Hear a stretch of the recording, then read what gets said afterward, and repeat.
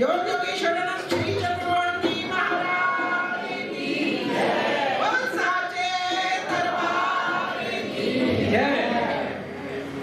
मेरा कर दो बेड़ा पार समाई वाले योगेश्वर। मेरा कर दो बेड़ा पार समाई वाले योगेश्वर। मेरा कर दो बेड़ा पार समाई वाले योगेश्वर। मेरा कर दो बेड़ा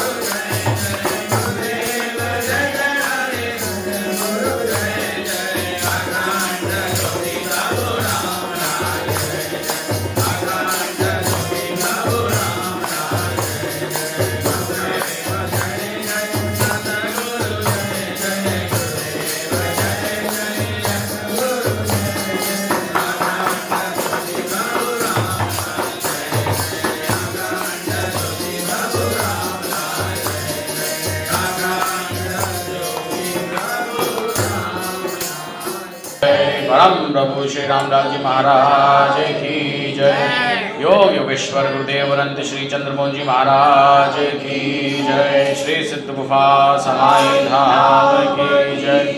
सांचे दरबार की जय। वृंदावन बिहारी लाल की जय। शंकर भगवान की जय। हर हर महादेव हर। ओम यस्य प्रसादात् पतिता सुपावना भवन्ति संसार सुतारणा शिवा। योगीश्वराणां परमेश्वरं हरिं श्रीरामलाल प्रभुमीशमाश्रये। श्रीचन्द्रमोहन गुरुमीशमाश्रये। आनन्दमानन्दकरं प्रसन्नं ज्ञानस्वरूपं निजबोधरूपं योगीन्द्रमीड्यं भवरोग्यवैद्यं श्रीमद्गुरुं नित्यमहं नमामि। श्रीमद्गुरुं नित्यमहं नमामि। योग मार्ग के अंदर भोजन शुद्धि की बहुत आवश्यकता रहती है। भोजन शुद्ध यदि नहीं होगा, आहार शुद्ध नहीं होगा, तो कितनी ही उच्च स्थिति प्राप्त हो जाए, शक्तिपात हो जाए, कुछ भी हो जाए, वो क्षीण हो जाता है। क्षीण इसलिए हो जाता है, उसका एक सिद्धांत है। छांदोग्य उपनिषद में आया है, आहार शुद्धौ सत्व शुद्धि, सत्व शुद्धौ ध्रुवा स्मृति, स्मृति परिशुद्धौ सर्वग्रंथिनाम विप्रमोक्षः। हमारे गुरुदेव भगवान ये कहा करते थे, आहार शुद्धौ सत्व शुद्धि, सत्व शुद्धौ ध्रुवा स्मृति। आगे का पद है स्मृति परिशुद्धौ सर्वग्रंथिनाम विप्रमोक्षः। मतलब कि ये आहार यदि शुद्ध होगा, भोजन शुद्ध हमारा होगा, जो हम खा रहे हैं वो यदि शुद्ध होगा, तो उससे सत्व शुद्धि होगी। सत्व शुद्धि माने सत्व किसको कहते हैं? चित्त को, है ना, बुद्धि को। बुद्धि मन ये शुद्ध होगा।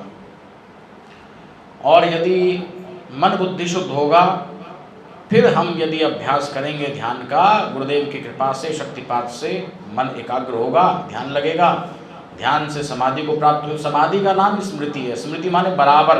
यही को बंद कर दो हमारे वाले तार का।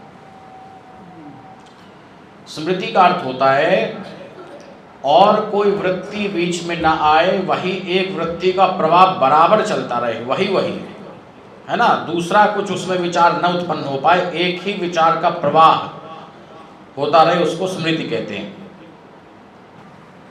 आहार शुद्धि बड़ी आवश्यक चीज है। आजकल के समय में ध्यान क्यों नहीं लगते, और लगते हैं तो स्थिर क्यों नहीं रहते? उसका एक बड़ा कारण भोजन की शुद्धि का ना होना है। भोजन तो बहुत बिगड़ गया, हमारे गुरु भाइयों का बिगड़ गया, उनके बच्चों का तो और बिगड़ गया है। ये बिल्कुल सत्य बात मैं कह रहा हूँ। तो इसलिए उपनिषद ने कहा कि यदि भोजन शुद्ध होगा तो उससे बुद्धि की वृत्ति शुद्ध होगी। बुद्धि की वृत्ति जब शुद्ध होगी तो सत्वमय वृत्ति होने से वो वृत्ति सहज एकाग्र रहेगी, वो वृत्ति एक जगह पर लगी रहेगी, उसमें स्मृति का उपस्थान हो जाएगा, बराबर वो वृत्ति का प्रवाह चलता रहेगा। और ऐसा करते करते समाधि प्राप्ति हो जाएगी।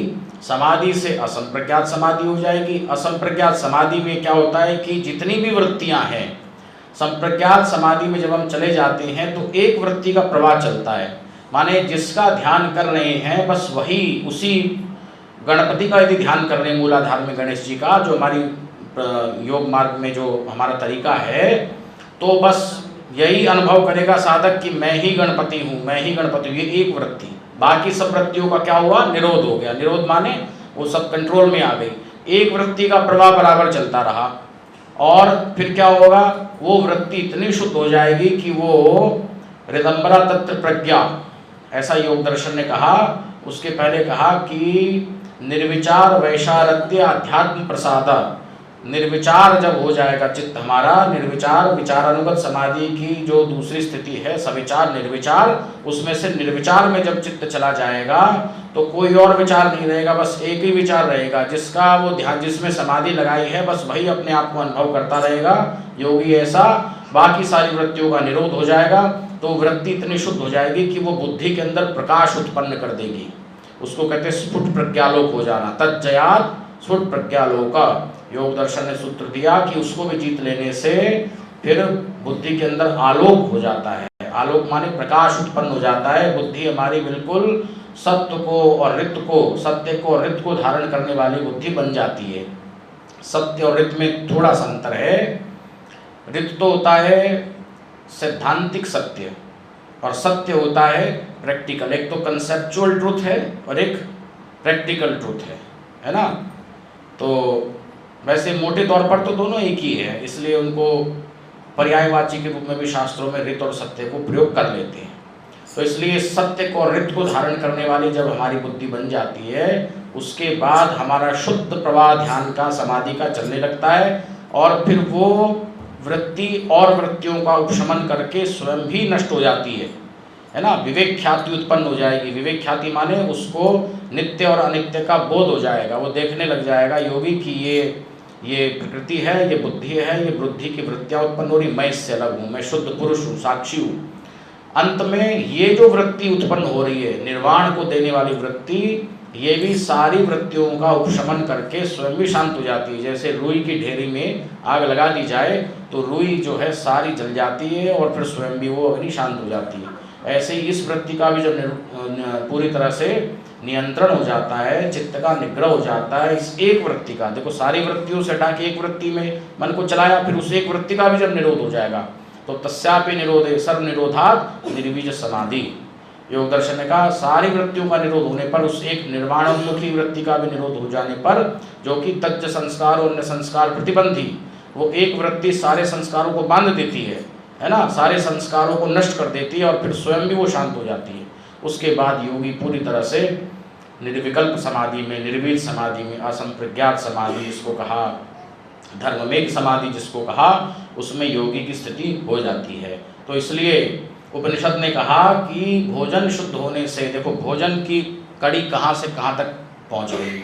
भोजन से जो है शुद्ध हुआ तो वृत्ति एकाग्र हुई, वृत्ति एकाग्र हुई तो वृत्ति से समाधि हुई, समाधि हुई तो संप्रज्ञात समाधि हुई, संप्रज्ञात समाधि हुई तो रितंबरा का उदय हुआ, रितंबरा का उदय हुआ तो विवेक ख्याति पैदा हुई, विवेक ख्याति ने और संस्कारों का निरोध कर दिया, बाद में विवेक ख्याति भी नष्ट हो गई तो सारी वृत्तियों का निरोध होने से असंप्रज्ञात समाधि हो गई। असंप्रज्ञात समाधि में जाकर के जो हमारी जड़ ग्रंथि है, चित्त और जड़ की जो गांठ बन गई है, बुद्धि को हम आत्मा के साथ जोड़ करके देख रहे हैं, वो गांठ खुल जाती है, उसी का नाम अविद्या है, उसी को अज्ञान कहते हैं। योगी अपने शुद्ध स्वरूप में अवस्थित हो जाता है, वो ये जान जाता है मैं शुद्ध बुद्ध चेतन स्वरूप ब्रह्म हूँ, आत्मा हूँ और मैं न बुद्धि हूँ, न मन हूँ, न प्रकृति हूँ, चिदानंद रूप शिवोहम शिवोहम, है ना। इसको योगी अनुभव कर लेता है। तो इसलिए कहा कि सर्वग्रंथिनाम विप्रमोक्ष, सारी ग्रंथियां खुल जाती हैं, सारी ग्रंथियों का विप्रमोक्ष हो जाता है। वो कड़ी प्रारंभ होती है भोजन शुद्ध होने से। योग में बड़ी आवश्यक चीज़ है भोजन की शुद्धि। मैं देखता हूँ कि आज के समय में बड़े बड़े आश्रमों में यदि भोजन की थोड़ी बहुत शुद्धि बची है तो हमारे प्रभु जी के आश्रमों में, वो भी हमारे गुरुदेव के आश्रमों में ही, प्रभु जी के आश्रम में तो और भी हैं, लखराज जी महाराज वाले भी हैं, वहाँ भी भोजन की कोई शुद्धि उद्धि कुछ नहीं, सब प्याज खाते हैं, प्याज प्रसाद करके परसते हैं पंगत में भी। हमने देखा स्वयं वहाँ पे अमृतसर में, उधर वो क्या नाम, छैरटा में, है ना। मेरा तो झगड़ा हो गया था कि प्याज भी खाओ, के नाम पर खाएगा, वो क्या मतलब होया। सही बात है। तो अब आप कहोगे अच्छा प्याज तो हमारे जितने बैठे ना अभी पूछने लगो ये सब 70% इसमें प्याज खाने वाले मिलेंगे, क्या पता नहीं हमें सब पता है। तो क्या होगा प्याज खाने से, क्या होगा? लोग कहीं भाई ये तो शाकाहार है, तो वेजिटेरियन है, इसमें क्या दोष है? उसमें देखो बात मांसाहार शाकाहार की नहीं होती, बात ये होती है कि हम वो भोजन करें जो हमारे मन में सतोगुण पैदा करे, है ना। शाकाहारी तो भांग भी है, भांग के पत्ते फिर क्यों नहीं खाते हो? वो भी तो कोई मांसाहार तो नहीं है। धतूरे के साग बना के क्यों नहीं खाते? वो भी शाकाहार है, वो तो कोई नहीं खाता। तो शाकाहार में यदि सब कुछ खाना अलाउड है, ऐसा नहीं। इसलिए भोजन यदि शुद्ध नहीं होगा तो कोई मतलब नहीं है। 1 महीने अनुष्ठान करो और फिर कुछ भी खा पी लो तो वो तो सारा ध्यान चौपट हो जाता है। इसलिए भोजन की शुद्धि बहुत आवश्यक चीज़ है। भोजन पहले तो शुद्ध हो, सात्विक हो। अब उसमें हमारी हठयोग प्रतिपिका में तो पूरा वर्णन किया, सब्जियों के नाम दिए हैं, क्या क्या चौलाई खानी चाहिए, हरी सब्जियां, हरे पत्ते, ये सब उसमें तो वर्णन किया है पूरा, क्या क्या खाना चाहिए। तो हमारे गुरुदेव तो भोजन की शुद्धि को लेकर बहुत सजग रहते थे। देखो गुरुदेव तो पूर्ण योगी हैं, उनको तो कोई आवश्यकता नहीं है। पूर्ण योग समर्थ को न दोष गोसाई, पूर्ण सामर्थ्यवान होते वो तो ना भी यदि वैसा भोजन करे तो भी उनकी वृत्ति में तो क्या परिवर्तन आएगा, लेकिन वो ऐसा सब करते हैं अपने बालकों के में आदर्श स्थापित करने के लिए। यद्यदा चरित्र श्रेष्ठ तत्तदेवे तरोजना सयत प्रमाणम कुरुते लोकस्तदनुवर्तते। तो इसलिए जैसा जैसा श्रेष्ठ लोग आचरण करते हैं दूसरे वैसा अनुसरण करते हैं, उसका अनुकरण करते हैं, वो प्रमाण रहता है। इसलिए हमने हमारे गुरुदेव का तो इतना शुद्धि का विचार करते थे वो कि आजकल के समय में तो हम लोगों के लिए भी संभव नहीं है। कुएं का पानी गुरुदेव पीते थे, अब कुएं देश में नहीं बचे, अब हम क्या करें। अब जहाँ कुएं हैं उनमें पानी शुद्ध नहीं है। कुएं का तो जितना पानी निकलता रहे उतना शुद्ध होता है, कुएं का प्रयोग करना बंद कर दोगे वो पानी खराब हो जाएगा। तो गुरुदेव कुएं का ही पानी पीते थे। ये जो टैप वाटर है ये गुरुदेव नहीं पीते थे कभी भी। अपने आश्रम में भी यहाँ जल यज्ञशाला बना दी ना, इधर कुआं था, आप लोग जो पुराने बैठे उनको याद होगा। और गुरुदेव ने जैसे लीलावसान किया वो कुआं सूख गया, ये भी एक विचित्र बात है। तो जब तक गुरुदेव रहे तब तक वो कुआं भी रहा, उसमें जल रहा। जल तो कम हो गया था, गुरुदेव ने शरीर छोड़ा, दिल्ली आश्रम का कुआं सूख गया और सवाई का भी कुआं सूख गया। तो गुरुदेव कुएं का जल पीते थे। अच्छा, फिर जो है टमाटर नहीं खाते थे, प्याज लहसुन की तो बात ही छोड़ो, टमाटर भी गुरुदेव नहीं खाते थे। और भी भोजन का बहुत अधिक विचार करते थे। गोभी भी नहीं खाया करते थे, फूल गोभी वगैरह इसमें कीड़ा होता है, उसको नहीं पत्ता गोभी खूब खाते थे। और अरबी की सब्जी पसंद थी गुरुदेव को, उड़द की दाल जबकि वो गरिष्ठ होती है पर गुरुदेव को प्रिय थी। ये सब साथ पौष्टिक होती है ना, जो 50 है उसमें अदरक का यदि तड़का लगा लें तो वो फिर वायु कारक नहीं होती। कचरी बहुत खाते थे गुरुदेव, कचरी बड़ा उनको प्रिय था। तो ये अच्छा, वो पारसनाथ जी गुरुदेव के गुरु भाई थे, वो बताया करते थे महाप्रभु जी के विषय में कि महाप्रभु जी तो 1.5 रोटी खाते थे बस, 1.5 रोटी सुबह और 1.5 रोटी शाम को। ऋषिकेश में उन्होंने भोजन बनाया प्रभु जी का, महाप्रभु जी का। तो महाप्रभु जी तो सुबह दाल और 1.5 रोटी और शाम को सब्जी और 1.5 रोटी। और सुबह दाल के साथ में सब्जी नहीं लेते थे, सब्जी के साथ में दाल नहीं लेते थे, ऐसा प्रभु जी का नियम था। तो भोजन की शुद्धि बहुत आवश्यक है। जिनके भोजन की शुद्धि नहीं है तो उनसे तो उनको तो ध्यान भजन वो कितना कर ले वो तो सब बराबर होता जाएगा, नष्ट होता जाएगा, उसका कोई मतलब नहीं है। और जो आजकल हमारे जो पुराने गुरु भाई वो तो फिर भी थोड़ा ध्यान इसका रखते हैं, जो उनकी जो नई पीढ़ी आ रही है वो तो बिल्कुल उस पर उनका तो ध्यान ही नहीं है। तब हम उन बच्चों से क्या अपेक्षा करें। हमारे संज्ञान में आया है कि हमारे गुरु भाइयों के बच्चे अपने घरों में इकट्ठा होकर के कॉकटेल पार्टी करते हैं, मॉकटेल पार्टी करते हैं। हमें संज्ञान में बात आई है। तो वो बच्चे फिर आगे चल कर के उन पर प्रभु जी फिर आंखें बंद कर लेंगे अपनी, और क्या है, प्रभु जी की दृष्टि उन बालकों पर कैसे रहेगी। ऐसे वो सब करेंगे, खाएंगे पिएंगे तो वो तो बिल्कुल भ्रष्ट हो जाएंगे, उनका तो चित्त भी दूषित हो जाएगा, मन भी दूषित हो जाएगा, ध्यान लगना तो बहुत दूर की बात है। वो तो प्रभु जी की कृपा भाजन भी नहीं बन पाएंगे, है ना। प्रभु जी की एक पिता को अपना कौन बच्चा प्यारा लगता है, कौन पुत्र प्यारा लगता है, जो पिता की आज्ञाओं में चलता है। जो पिता की आज्ञा में नहीं चलता, पिता भी फिर उसके बालक के प्रति, ठीक है बच्चा वो उनका है लेकिन उपेक्षा भाव रखने लग जाते, इग्नोर करते हैं ना उसको। ऐसे ही गुरुदेव भगवान भी जो उनके आज्ञाओं को नहीं मानेगा तो उसको फिर इग्नोर करेंगे, वो स्वाभाविक उनका भी चित्त उसकी ओर नहीं जाएगा। हमको वो कार्य करना चाहिए जिससे हम उनके चित्त में अपना स्थान बना लें, है ना। तो नए बालकों के अंदर भी ये संस्कार आना बहुत ज़रूरी है। नई पीढ़ी तो खासकर दिल्ली के अंदर तो मैं देख रहा हूँ, और जो छोटे शहरों में फिर भी थोड़ा फर्क है, परिवर्तन है अभी, परंतु दिल्ली शहर में जो हमारे गुरु भाइयों की सत्संगियों की नई पीढ़ी आ रही है वो तो बिल्कुल उनका तो विपरीत आचरण है। तो आप लोगों को चाहिए कि अपने बालकों को बराबर सद शिक्षा देते रहें। बच्चे जब छोटे हों तब से ही उनको प्रभु जी की लीला कथाएँ सुनाई जाएं, सोने से पहले जैसे ये करते हैं। मुझे मालूम है अपने बालकों में बड़े अच्छे संस्कार दिए हैं, छोटे छोटे जो उनके पोती है, ऐसे ही सब और गुरु भाई भी करते हैं। ये हमारी बच्ची बैठी है, रोज़ एक कहानी सुन के सोती, प्रभु जी की, ध्यान सिंह जी की पोती, तो ऐसे बच्चों को अच्छे संस्कार जब बचपन से दिए जाते हैं तो उनके अंदर प्रभु जी के प्रति दृढ़ भाव, दृढ़ श्रद्धा बराबर पैदा होती चली जाती है। वो बच्चे इस आज के इस घोर कठिन समय में, पदार्थवादी जो समय है, मेट्रोडिस्ट युग है बड़ा, स्मार्टफोन जब से आया, जब से दुनिया बदल गई। कलिकाल यदि बढ़ा है ना तो ये स्मार्टफोन आने से बढ़ा है। बुढ़े बिगड़ गए, बच्चे तो क्या बिगड़े, बुढ़े बिगड़ गए स्मार्टफोन से। हमारे आश्रम में देखते हम तो, कहाँ गए हमारे वो भूटानी जी, कहाँ बैठे कि नहीं बैठे हैं? इनको अनिल पंडित का तो हम छोड़ो, माइक में बोल रहे हैं तो हमारे भूटानी जी हैं ये बेचारे, इतने वर्षों से मैं बचपन से इनको देख रहा हूँ, 25-30 वर्षों से। पहले समय से सो जाते थे, समय से उठ जाते थे। अब उठने का तो वही समय इनका 3 बजे का, और सोना इन्होंने रात को छोड़ दिया है। सारी रात फ़ोन में लगे रहते हैं और फिर 3 बजे इनको उठ जाना है।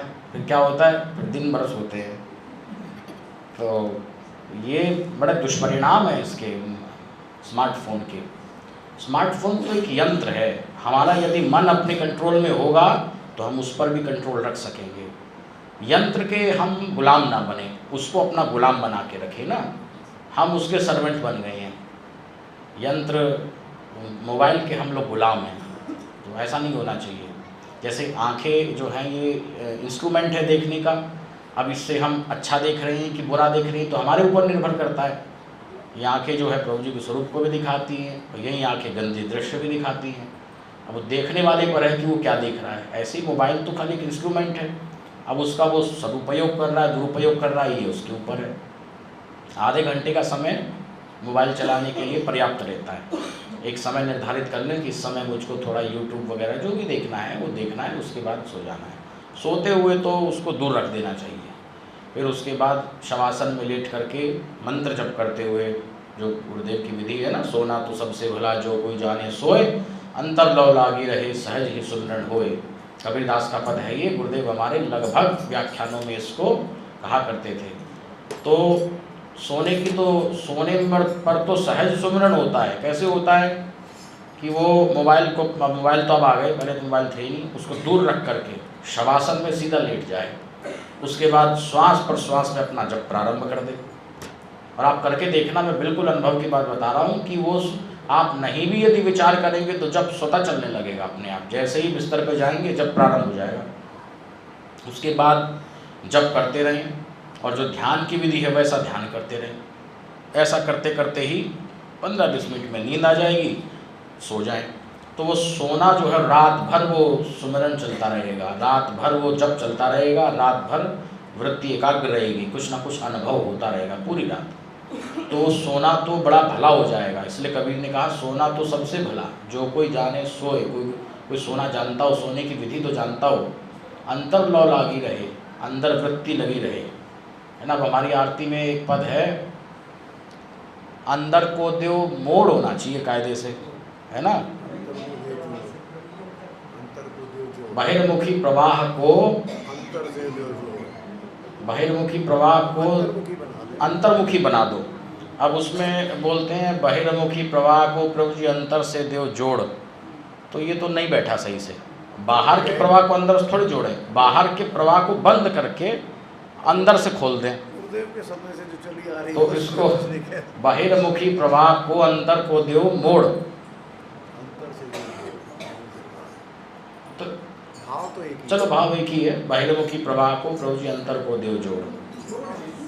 हाँ, जोड़ तो है ही। ब्रह्मचारी जी भी ठीक कह रहे हैं, लेकिन जो चल रहा है ना गुरुदेव के समय से, उसको उसमें छेड़छाड़ करना ठीक नहीं। वो तो मैं भी मान रहा हूँ। बहिर्मुखी प्रवाह से थोड़ी जोड़ना है, बहिर्मुखी को तो हटाना है। ये तो गलत अर्थ बैठेगा ना यदि ये बोलेंगे बहिर्मुखी प्रवाह से। तो सबसे बड़ा जो कोई जाने सोए, अंतर जगत लागी रहे सहज ही सुमिरन होए। ये कहा आप अभी जागे हो क्या? हाँ, बाहर से हटा करके अंदर को जोड़ दो। से का अर्थ हाँ? ऐसा मान लेते हैं। आगे बढ़ाओ, ये तो चलता है। बहिर्मुखी प्रवाह से फिर कोमा लगा दो, अंदर को देव जोड़, है ना, तब वो चल जाएगा। तो कहने का अभिप्राय ये है, कहाँ बोल रहे थे हम? सोना तो सबसे बड़ा। हमारे डॉक्टर पंडा को सोना याद रह गया, ये अभी सो जाते हैं बीच बीच, सोने वालों को सोना याद रहता है। तो कह रहा है, मेरे कहने का अभिप्राय ये है कि इस प्रकार से जब करते करते सोने से सोना भी सार्थक हो जाता है। बात चली थी भोजन की शुद्धि से, आहार शुद्धि। तो आहार यदि शुद्ध होगा तभी वो हम योग ध्यान की ओर बढ़ सकते हैं। यदि आहार शुद्ध नहीं है हमारा, कितनी बड़ी बड़ी बातें कर लें, ध्यान की, समाधि की, योग दर्शन, अलाना फलाना, वो सब बातें ही रह जाएंगी, केवल सिद्धांत रह जाएगा। वो क्रियात्मक पक्ष उसका जीरो होगा, परिणाम उसका कुछ नहीं मिलता। तो इसलिए योग मार्ग में तो चलें। ध्यान, गुरुदेव कहते थे ध्यान लगाना तो सीखे पर ध्यान बचाना भी सीखे, है ना। ध्यान लगाना तो आए, लेकिन वो ध्यान की शक्ति की जो कमाई की है, मन की जो कमाई है, उसको सुरक्षित रखना भी आना चाहिए। वो आएगा यम नियम का पालन करने से। मैं बिल्कुल सत्य बात कह रहा हूँ। कोई 1 महीने अनुष्ठान करे और एक तगड़ा वाला झूठ बोल दे तो 1 महीने का अनुष्ठान जीरो, बेकार हो गया। तो इसलिए यम नियम के पालन में सबसे पहले आता है सत्य, अहिंसा, फिर सत्य। सत्य का पालन योगी करे। योगाभ्यासी को चाहिए कि वो सत्यभाषी हो, मन से सत्य बोले, वाणी से सत्य बोले, कर्म से सत्य बोले। मन, वाणी, कर्म तीनों से सत्य का पालन करे। अहिंसा का पालन करे, हिंसा ना करे किसी की, है ना। और फिर क्या है, अहिंसा, सत्य, अस्तेय, चोरी ना करे। और फिर अहिंसा, सत्य, अस्तेय, ब्रह्मचर्य का पालन करे, संयमी रहे। गृहस्थ में रहते हुए भी जो संयमी रहता है वो तो योद्धा है। बड़ी कठिन वो बात है और वही उसको पालन करना चाहिए। यदि वो संयमी नहीं रहेगा तो फिर उसका कमा रहा है, गवा रहा है, कमा रहा है, गवा रहा है, डिपॉजिट विड्रॉ चलता रहता है। तो फिर पूंजी जमा कैसे होगी। और फिर 5वां है अपरिग्रह। अपरिग्रह होता है कि जो भी बाजार में सामान दिखा ये भी खरीद लें, ये भी खरीद लें, ये भी ले लें, घर को बना दिया स्टोर रूम। ऐसा नहीं है, जितना जितना आवश्यक है सादगी से जीवन जीना, ये अपरिग्रह का मोटा अर्थ है। तो ये जो मोरल टीचिंग्स हैं, नैतिक शिक्षा, ये बालकपन से जब हम बालकों को देंगे तो उनके अंदर ये बिल्कुल बैठ जाएगी। और जिनको बचपन से ये सिखाया जाता है फिर वो उनके अंदर वो घर कर जाती है, फिर उनका आचरण स्वाभाविक वैसा बन जाता है, उनको फिर उसके लिए कोई विशेष प्रयत्न नहीं करना पड़ता। हमारे गुरुदेव को उनके पिता ने बचपन से सत्य बोलना सिखाया। तो गुरुदेव कहते थे हमने बचपन से कभी झूठ बोला ही नहीं, तो झूठ का अभ्यास ही नहीं रहा। गोपालानंद जी ने कहा कि हमको प्रभु जी ने माणिक चंद दलाल का संस्कार ले लिया है, तो गुरु जी बोले तो झूठ बात है, मुझे विश्वास नहीं हुआ। सत्य कह दिया उन्होंने, क्योंकि उन्होंने कभी जीवन में झूठ बोला ही नहीं था गुरुदेव ने। तो उन्होंने कहा कि भाई ये जो आप कह रहे हो कि प्रभु जी ने अपना संस्कार ले लिया, मुझको नहीं ऐसा लगता। ऐसा कैसे हो सकता है कि खाए दूसरा और उसका पेट दूसरे का भरे। तो उन्होंने कहा कि जाकर के ऋषिकेश में देख लो। गुरुदेव ने जाके देखा तो बात बिल्कुल सत्य पाई। महाप्रभु जी ने संस्कार का भुगतान किया था। माणिक चंद दलाल का टीवी अपने ऊपर लेकर के सब लोग जानते हैं। तो कहने का अभिप्राय ये है कि जब सत्य, अहिंसा, अस्ति, ब्रह्मचर्य, अपरिग्रह इति यमाः, ये अलग है, ये हठयोगप्रदीपिका में है। योग दर्शन में 5 ही यम माने गए हैं। वो हिरण्य संहिता और हठयोगप्रदीपिका में सब बोल रहे हो, योग दर्शन में 5 ही माने गए हैं। तो इनका जब पालन करेंगे और साथ में भोजन की शुद्धि होगी, 5 चीज़ें तो ये, और साथ में भोजन की शुद्धि, आहार शुद्धि, तब जाकर के हमारा योग ध्यान चलता है। गीता में तो भगवान ने कहा है कि जो बिना यज्ञ करे भोजन करता है यज्ञ शेष, वो तो पाप ही खाता है। अब यज्ञ का विधान तो आजकल नहीं रहा अग्निहोत्र करने का, तो उसका दूसरा विकल्प ये है कि प्रभु जी को समर्पण। यज्ञ में भी तो ये करते थे, जो इष्ट है उसको वो भोजन, उसका आहुति देते थे। उसका दूसरा विकल्प ये है कि भोजन बनाने के बाद प्रभु जी का घर में भोग लगना चाहिए, फिर वो प्रसाद हो गया। प्रसाद रूप में फिर उसको ग्रहण करेंगे तो वो भोजन सतोगुण को पैदा करेगा। यदि बिना भोग लगाए खाएंगे तो वो तो पाप ही खा रहे हैं फिर हम लोग, कोई भी हो फिर चाहे, है ना। भले वो सात्विक भोजन हो, यदि उसमें समर्पण भाव नहीं है, उसका भोग नहीं लगाए तो फिर प्रसाद नहीं है। आश्रम में आप लोग जो लेते हो तो ये प्रसाद है, क्यों, प्रभु जी का भोग लग गया।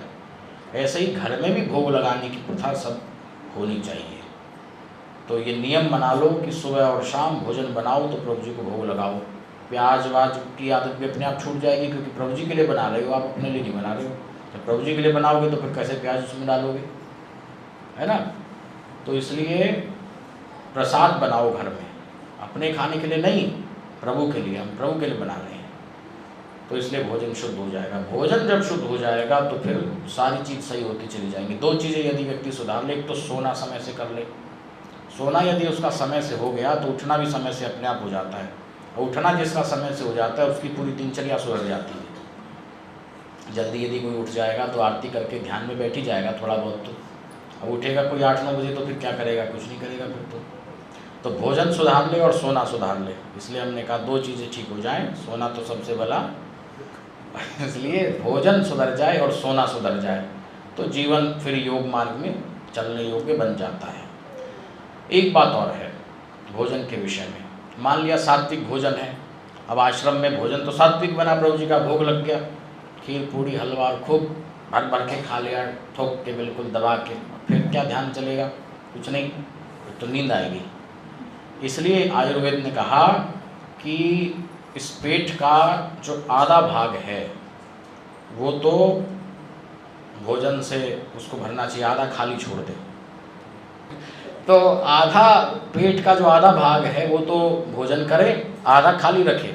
उस आधे खाली में जो आधा है, माने पूरे पेट का 1/4 वो पानी के लिए, और पूरे पेट का जो 1/4 बचा वो वायु के लिए खाली छोड़ना चाहिए। तो इसलिए आयुर्वेद का सिद्धांत है हित भुग, मित भुग, ऋत भुग। वाग्भट्ट महर्षि थे, आयुर्वेद के बड़े आचार्य हुए हैं, योगी हुए हैं। पुराने समय में सब ऋषि मुनि योगी हुआ करते थे। उन्होंने एक बार एक पक्षी का स्वरूप धारण किया, महर्षि वाग्भट्ट ने, योग बल से अपने मनुष्य शरीर को त्याग करके, जैसा कि मैंने पहले के व्याख्यान में समझाया था ना, जात्यंतर परिणाम में कैसे योगी एक शरीर को छोड़ के दूसरा शरीर धारण कर लेता है, विज्ञान है ये पूरा। तो वो पक्षी के शरीर में आए, कौन, महर्षि वाग्भट्ट। और एक वैद्यों की सभा थी, उसमें जाकर के वो पेड़ पे बैठ गए और बोले को अरुक, माने कौन स्वस्थ है, कौन अरोगी है, रोगी कौन नहीं है, स्वस्थ कौन है। तो वैद्यों में बातचीत चली, भाई कौन है। तो एक वैद्य ने कहा कि भाई जो हिंगवाष्टक चूर्ण रात को खाता है वो स्वस्थ रहता है, उससे गैस नहीं बनती और पेट ठीक रहता है उसका, तो स्वस्थ रहता है। बोले नहीं। किसी ने कहा कि जो च्यवनप्राश रोज खाए तो स्वस्थ रहता है, किसी ने कहा कि हरड़ का सेवन रोज करे तो स्वस्थ रहता है, किसी ने कहा चंद्र प्रभावटी रोज खाएगा तो स्वस्थ। माने जितने वैद्य थे सबकी अपनी अपनी मतियाँ थी। उन्होंने कहा नहीं, ये बात ठीक नहीं है। तो उल्टा बोल गया मैं। चरक महर्षि ने पक्षी का स्वरूप धारण किया था, वाग्भट्ट ने तो उत्तर दिया। फिर तो वो परेशान हो गए, बोले देखो हमने चरक संहिता इतना बड़ा ग्रंथ लिखा और उसके अभिप्राय कोई बड़े बड़े वैद्य नहीं जान पाए, ये सब चूर्ण और पट्टी खा करके स्वास्थ्य को बता रहे हैं। तब वो एक नदी के किनारे एक वृक्ष पर जाकर बैठे, तो वाग्भट्ट महर्षि स्नान करके आ रहे थे। तब वो पक्षी के स्वरूप में महर्षि चरक ने फिर पूछा को अरुक, को अरुक। तो वाग्भट्ट ने देखा ऊपर और उन्होंने कहा हित भुग, मित भुग, ऋत भुग। माने जिसको हित भुग है, मित भुग है, ऋत भुग, ये 3 चीज़ें जिसको आती हैं वो स्वस्थ रहता है। तब अपने स्वरूप में आ गए मनुष्य शरीर में महर्षि चरक। उनका बेटा तूने मेरे चरक संहिता को ठीक से जाना है, तू ही जान पाया है हमारे आयुर्वेद के अभिप्राय को। अब ये क्या है इसको मैं थोड़ा समझाऊँ। हित भुग का मतलब होता है हितकारी भोजन। भुग माने खाना, हम हितकारी भोजन करें। माने हितकारी भोजन क्या है, पथ्य खावें कुपथ्य ना खावें। कुपथ्य क्या, जैसे दूध के साथ नमकीन चीज़ें न खाएं, वो कुपथ्य हो जाता है, विकार पैदा करेगा, है ना। तो ये थोड़ा थोड़ा हमको जानकारी होनी चाहिए अपने अपने शरीर के हिसाब से कि हमको क्या खाना है क्या नहीं खाना है। दूसरा तो ये हुआ हित भुग, माने हितकारी भोजन करना। उसमें भी जो शुद्ध शाकाहारी भोजन खावें। पिज़्ज़ा बर्गर खाने वालों के कहाँ ध्यान लगा करते हैं। तो हमने नहीं सुना कोई बर्गर खा खा करके कोई योगी बनाओ, ऐसा तो आज तक सुनने में आया नहीं। तो इसलिए शुद्ध सात्विक भोजन उसका होना चाहिए, हित भुग। दूसरा मित भुग। मित भुक मतलब मिताहारी भोजन हो। मिताहारी का मतलब है कि थोड़ा खावे, है ना, इतना थोड़ा भी ना खावे कि वो बिल्कुल उसको ध्यान में बैठे तो उसको शरीर में ताकत ही ना रहे। आजकल की जो हमारी बच्ची हैं, बच्चियां नई, उनको एक टेंडेंसी हो गई है ज़ीरो फिगर बनाना है, उनको कुछ नहीं खाती। हमारी जैन साहब की बच्ची आती है, वो उसको एक रोटी होगी, नहीं नहीं गुरुजी आधी रोटी खाऊंगी बस मैं तो। मैंने तो फूंक मार दे तो उड़ जाएगी तो कहाँ से ताकत पैदा होगी उनके अंदर, ध्यान की शक्ति भी कैसे पैदा होगी। तो इतना थोड़ा भी ना खाए कि उनका शरीर ही ना चल पाए, और जो है ठोस ठोस के भी ना खाए। तो मित भुक का अभिप्राय होता है कि मित माने बैलेंस डाइट, इसलिए कहते हैं बैलेंस डाइट हो, है ना तो इतना थोड़ा हो कि शरीर को पोषण ही ना मिले, उससे न्यूट्रिएंट्स भी तो मिलना आवश्यक है। आजकल के समय में तो खाते हैं तब भी न्यूट्रिएंट्स शरीर को लोगों को नहीं मिलते। क्यों? आंतों में कमजोरी रहती है, तो उसमें से आंतें जो है न्यूट्रिएंट्स को अवशोषित नहीं कर पाती। कितना विटामिन डी खा लो, वैसे फिर भी लोगों का विटामिन डी कम हुआ जा रहा है। एक रिसर्च आई थी अभी, IIT कानपुर की रिसर्च थी, उसमें ये सिद्ध किया कि जितना हम प्रकृति से दूर होते जा रहे हैं ना, उससे विटामिन डी कम हो रहा है सबके शरीर में। आपने आज से 20-30 साल पहले सुना था कि विटामिन डी कम हो रहा है? यही भोजन तब कर रहे थे, ये आज कर रहे हैं। लेकिन आप कितना दूध पियो फिर भी लोगों का विटामिन डी कम है। क्यों? इसलिए क्योंकि ना तो सूर्य की धूप मिलती है, घर में एसी में बैठे रहते हैं, मिट्टी से संपर्क नहीं है। उस रिसर्च में ये सिद्ध हुआ कि मिट्टी से जितना हमारा संपर्क होगा उतना स्वाभाविक त्वचा विटामिन डी बनाती है, सूर्य से बनाती है, मिट्टी से बनाती है। तो वो सब संपर्क नहीं होता तो फिर भोजन में से हमको न्यूट्रिएंट्स नहीं मिलते। न्यूट्रिएंट्स माने जो आवश्यक तत्व है शरीर के लिए, विटामिन, प्रोटीन, मिनरल, ये सब शरीर को नहीं मिलते, तो शरीर में ऊर्जा नहीं बनेगी। ऊर्जा नहीं बनेगी तो ध्यान में बैठने की प्रवृत्ति नहीं होगी। तो इसलिए मित भुक का मतलब ये है कि थोड़ा खाएं, पौष्टिक खाएं, सात्विक खाएं, है ना, ये है मित भुक। अब किसको कितना खाना चाहिए ये व्यक्ति अपने आप निर्धारित करता है। इसका विवेक सबको अपने शरीर से होना चाहिए। जैसे कोई युवा है तो युवा को तो भूख ज़्यादा लगेगी तो वो उस हिसाब से खाए। अब 40 साल के बाद सबको भोजन अपना परिमित कर देना चाहिए। रात को तो थोड़ा 1-2 रोटी से ज़्यादा नहीं खानी चाहिए रात में, तो है ना, और थोड़ा दूध ले लें। किसी किसी को दूध से समस्या, अब ये व्यक्ति स्वयं निर्धारित करे कि उसको क्या खाना है, क्या उसके शरीर के अनुकूल है, दूध सूट कर रहा है कि नहीं कर रहा है, कैसे खाना है। तो 2 बातें हो गई, हितभुक, मितभुक। हितभुक माने हितकारी भोजन करें, शुद्ध सात्विक भोजन करें, और दूसरा मितभुक माने परिमित खाएं। युक्ताहार विहारस्य युक्त चेष्टस्य कर्मसु, गीता में भगवान ने कहा है कि हमारा आहार विहार युक्त हो। युक्त माने बैलेंस्ड हो। तीसरी बात है ऋतभुक।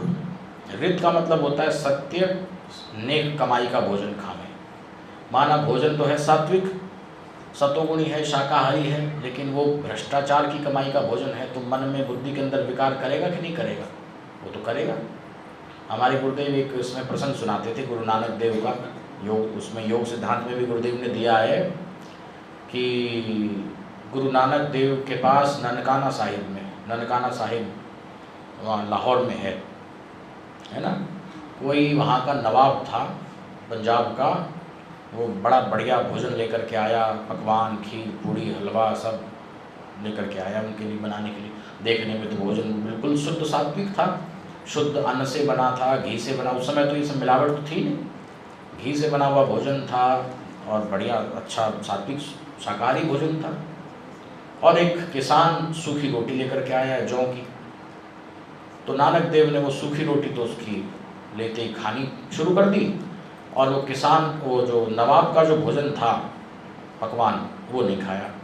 तो उनके जो शिष्य बैठे थे उन्होंने कहा कि गुरुजी आपने ये क्या किया, ये सूखी रोटी आप खा रहे हो और ये इतना अच्छा सुस्वादु स्वादिष्ट भोजन यहाँ रखा है, ये आप नहीं खा रहे हो। तो उन्होंने उसको कहा, बोले देखो मैं तुम्हें दिखाता हूँ। पूड़ी उन्होंने उठाई, उसमें से नवाब का जो भोजन था उसमें से पूड़ी उठाई, उसको ऐसे निचोड़ा तो उसमें से रक्त निकला, खून की बूंद निकली। और फिर उन्होंने वो उसकी ज्वार बाजरे की जो रोटी थी सूखी किसान की, उसको ऐसे निचोड़ा तो उसमें से दूध की बूंद निकली। वो तो खैर उन्होंने अपनी योग शक्ति से ये प्रकट करके दिखा दिया। उन्होंने कहा कि ये जो भोजन है ये नेक कमाई का नहीं है, ये अत्याचार का भोजन है। नवाब लोग अत्याचार करते थे प्रजा के ऊपर, और ये जो भोजन है किसान का जो है ये नेक कमाई का है, मेहनत का भोजन है, ईमानदारी का भोजन है, इसलिए मैं ये खा रहा हूँ। प्रभु जी की दरबार की भी कथा अब हमारे प्रभु जी के उसमें भी ये कथा है, सब जानते हैं, पुराने गुरु भाई बैठे हैं, तो मैंने कितनी बार सुनाई है, कुछ लोग नए भी हैं उन्हें भी सुना दूँ। हमारे ऋषिकेश आश्रम में हमारे महाप्रभु जी जब निवास करते थे तो एक इंस्पेक्टर पुलिस का जलेबी लेकर के आया, तो उसने जलेबी प्रभु जी को समर्पित की। प्रभु जी ने जलेबी लेकर के रख ली, बाटी नहीं। तो कैलाश नाम के एक मुरादाबाद के व्यक्ति थे, वो प्रभु जी की सेवा में रहा करते थे। उनको प्रभु जी ने कह दिया धीरे से कान में कि ये बांटना नहीं किसी को, तो उसने तो नहीं बांटी उन्होंने तो, पर किसी और सत्संगी ने वो बात नहीं सुनी थी, उसने वो उठा करके डिब्बा में से सबको बांट दी और सहज भाव में प्रसाद समझ के सबने खा लिया। तो खा लिया तो प्रभु जी के समय में सब तगड़े ध्यानी थे, शक्तिपात का कमाल था सर, ध्यान में बैठे तो ध्यान ही नहीं लगा, किसी का ध्यान न लगे, सबके बड़े ऊंचे ध्यान चलते थे।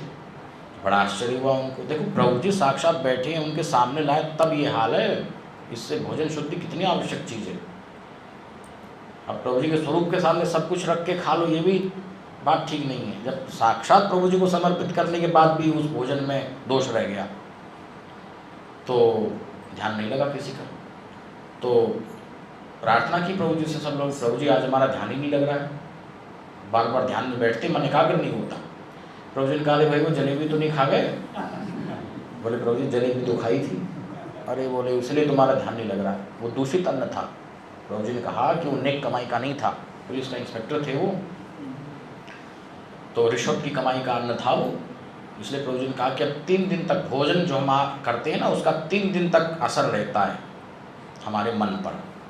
वो भोजन 3 दिन तक हमारे अंदर विकार पैदा करेगा। जो आज खाएंगे वो परसों तक जा करके, वो ऐसा नहीं कि सुबह शौच के सब साफ हो गया ना, उसका जो रस ले लिया आंतों ने, आते रस ले लेती हैं और वो रस रक्त में चला जाता है, उससे रक्त बनता है ना, और रक्त से फिर जो है क्या बनता है, मांस बनता है, मांस से मज्जा, मज्जा से हड्डियाँ बनती हैं, ऐसे आयुर्वेद में बना, फिर उससे वीर्य बनता है। तो प्रभु जी ने कहा कि ये भोजन ये जो खा लिया है ना 3 दिन तक तुम्हारा ध्यान नहीं लगेगा जब तक इसका असर रहेगा।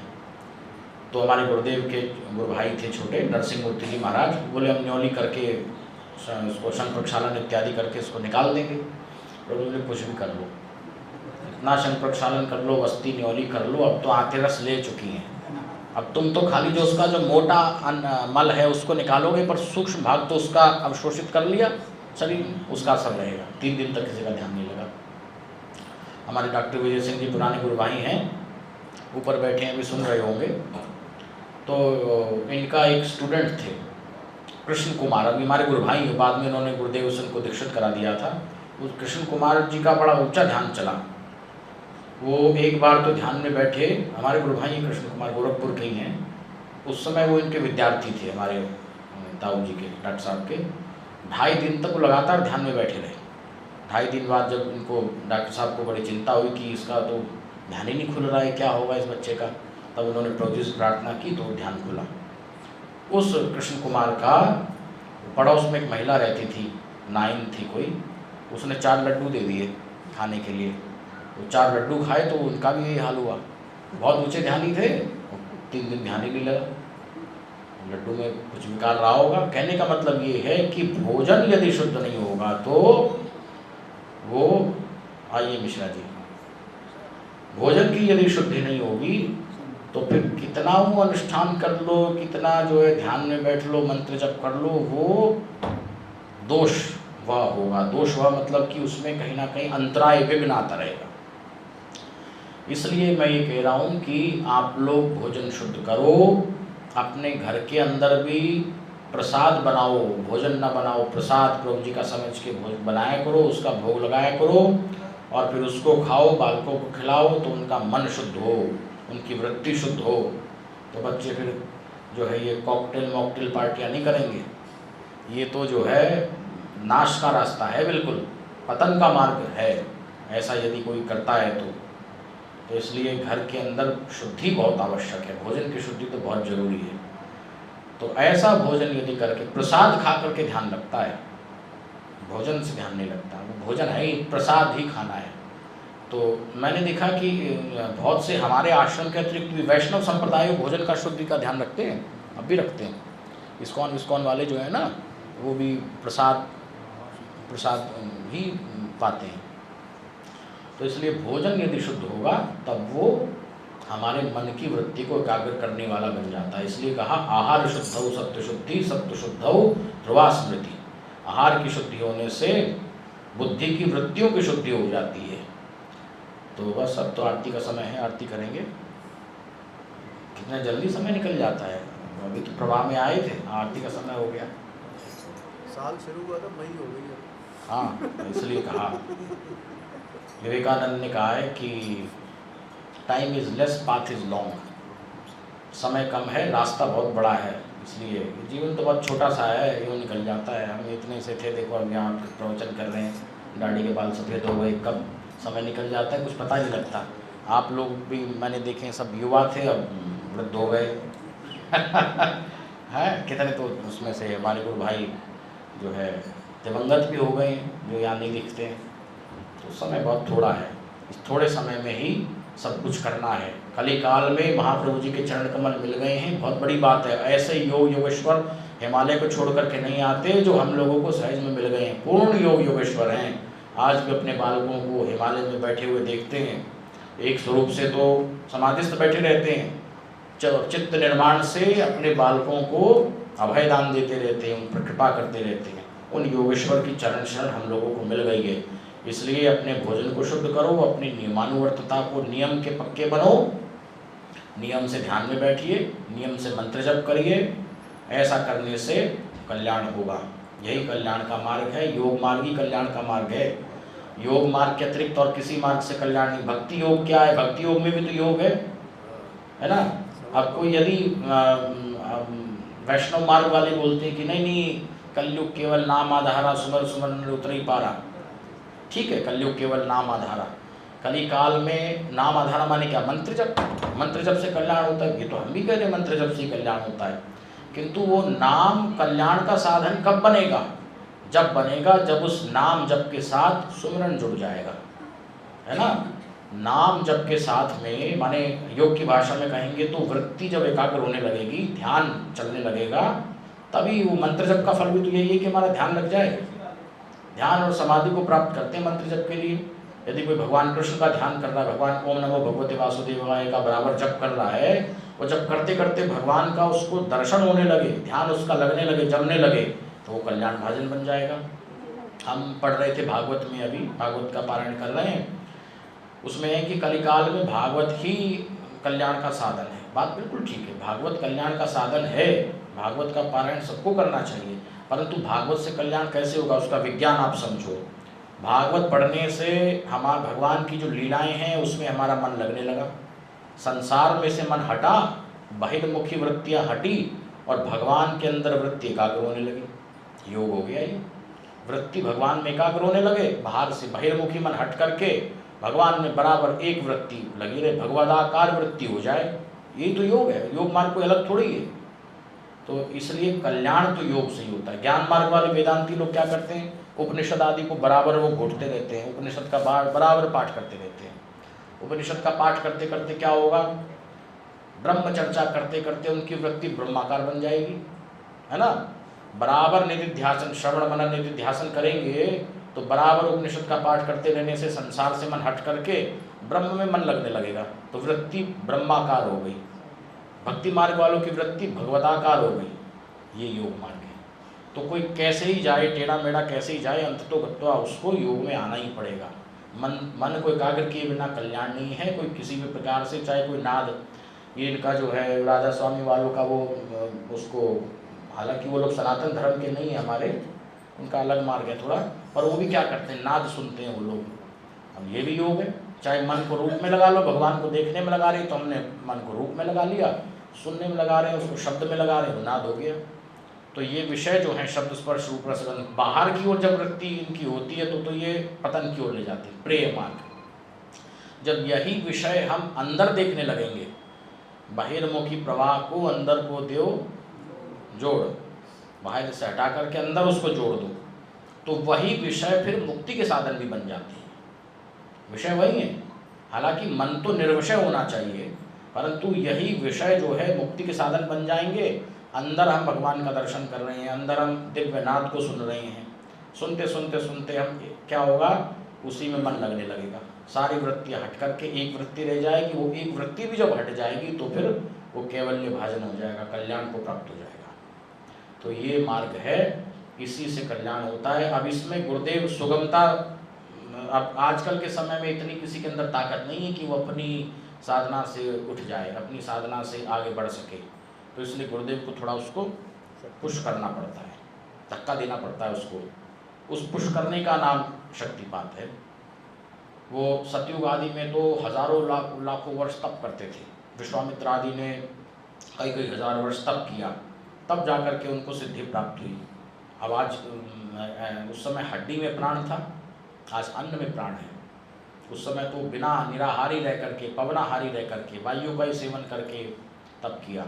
शिव पुराण में आता है, माता भगवती जगदम्बा ने, पार्वती ने भगवान शिव को पति रूप में प्राप्त करने के लिए कितना भारी तप किया। 80,000 साल तप किया, ऐसा वर्णन है वहाँ कि पहले वो कितने हजारों वर्षों तक जो है बिल्वपत्र खा करके रही, फिर उसके बाद वो जल पी करके रही, फिर उन्होंने जल भी पीना छोड़ दिया, वायु का आहार करके रही, भगवान शिव को प्राप्त कर लिया पति रूप में। आज भी वो भगवान शिव की पत्नी के रूप में सबके जगत बंदे हैं। तो कहने का अभिप्राय ये है कि आज के समय में तो आप हम लोगों के शरीरों में तो ताकत है नहीं ऐसा तप करने की। तो कैसे मन एकाग्र हो, तो उसका ये है कि जितना हो सके हम उतना करें और प्रभु जी से प्रार्थना करते रहे, उनके स्वरूप के सामने बैठ करके मंत्र जब ध्यान करें, उससे शक्तिपात होगा। शक्तिपात से फिर मन एकाग्र सहज हो जाता है। जो काम उन युगों में लाखों वर्षों में हो पाता था, वो आज के समय में बहुत जल्दी हो सकता है। भागवत में ही आया है, कलयुग का एक अच्छा उसमें पूछा भागवत में, उसमें शौनक जी ने पूछा सूत से कि परीक्षित ने कलयुग को मारा क्यों नहीं।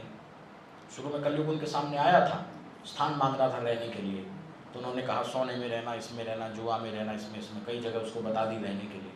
तो उसमें महर्षि शौनक ने प्रश्न किया कि उस कलयुग को जगह क्यों दी राजा परीक्षित ने। उस कलयुग को वहीं उसको मार देना था, कलयुग नष्ट हो जाता तो ये ऐसा समय नहीं आता। तो उसका उत्तर सूत जी ने दिया है कि कलयुग का एक लाभ भी है, इसलिए कलयुग को उन्होंने प्रश्रय दे दिया, आश्रय दे दिया। लाभ ये है कि इस समय थोड़ा भजन करने से ही उसका फल बड़ा मिलता है ना। जो पुराने युगों में हजारों सालों में तप करके जो प्राप्ति होती थी, योग सिद्धि होती थी, आज थोड़े समय में मिला। भगवान भी तो जान रहे हैं कि भाई इतने थोड़ा सा इनका जीवन है, विचारों का थोड़ी बहुत इनमें ताकत है, थोड़ा ही कर लें उसमें फल मिल जाएगा। देश काल परिस्थिति के अनुसार, युग धर्म के अनुसार चीज़ें बदला करती हैं। जब हजारों वर्ष की आयु थी तो हजारों वर्ष तप करना पड़ता, तब थोड़ी आयु हुई तो थोड़ा ही में फल मिल जा रहा है। भीम को जब दर्शन हुआ हनुमान जी का, है ना, तो भीम ने हनुमान जी से कहा कि मुझको आप अपना त्रेता वाला शरीर दिखाइए। जब आपने समुद्र को लांघा था, भीम ने दर्शन किया था ना हनुमान जी का, आप लोगों को मालूम होगा, अहंकार हो गया था भीम को, तो पूछ नहीं, हनुमान जी के पूछ भी नहीं ला पाए भीम। तो बाद में जब परिचय हो गया उनका, हनुमान जी ने उसको अपना परिचय दे दिया, तो भीम ने कहा कि अपना वो रूप दिखाइए जिससे आपने समुद्र को लांघा था। तो हनुमान जी ने कहा कि बेटा वो शरीर तो दूसरा ही था हमारा, आज हम यदि वो शरीर बनाएंगे तो तुम घबरा जाओगे। भीम से कहा, देखो भीम कितने बली थे, बोले वो त्रेता का शरीर था, बोले नहीं मैं देखना चाहता हूँ। तो हनुमान जी ने अपना विशाल शरीर प्रकट कर लिया। भीम, महाभारत में वर्णन है, भीम एकदम भयभीत हो गए। भीम जैसा योद्धा जिसमें जो 10,000 हाथियों का बल था, वो भयभीत हो गया। तो उसने कहा नहीं ये अपना समेट लो, उसी रूप में आ जाओ। तब दोबारा वैसे ही साधारण स्वरूप में हनुमान जी आ गए। तो वहाँ पर उन्होंने कहा है कि देखो देवता हों चाहे सिद्ध हों, मनुष्य हों, सबके शरीर, सबका बल युग धर्म के अनुसार होता है। तो हम आपके शरीर जो हैं वो सब आज के युग के बने हैं, अल्पवीर्य शरीर हैं, पट से प्राण निकल जाता है। अभी रोज़ हम सुनते रहते हैं हार्ट अटैक आया, मर गए। आजकल के शरीर में कोई ताकत नहीं, कुछ नहीं।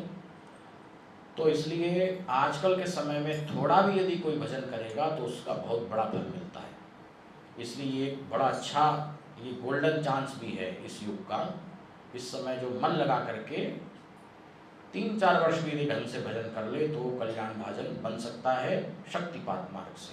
बस आवश्यकता इस बात की है कि वो अपनी भोजन की शुद्धि रखे, सोना सुधार ले, उठना सुधार ले, भोजन को सुधार ले और प्रभु जी के चरणों का अनुरागी हो तो सब कुछ पा सकता है।